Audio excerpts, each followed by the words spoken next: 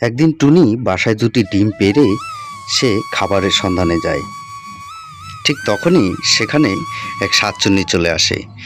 শাকচুন্নি চলে এসে সেই পাখির বাচ্চা দুটিকে খেয়ে ফেলে এবং মহা আনন্দ করে সেখান থেকে চলে যায়।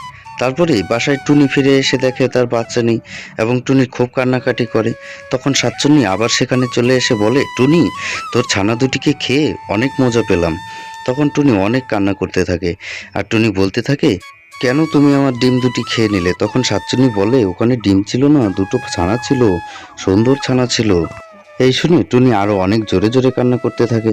তখনই শাকচুন্নি বলে, ঠিক আছে টুনি, তোর কান্নাকাটি দেখে আমার খুবই কষ্ট লাগছে।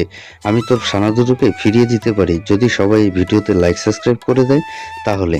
বন্ধুরা, তোমরা কি জীবনে কোনোদিনও কাউকে সাহায্য করেছো? যদি করে থাকো তাহলে টুনিকেও সাহায্য করো, লাইক সাবস্ক্রাইব করো তাড়াতাড়ি।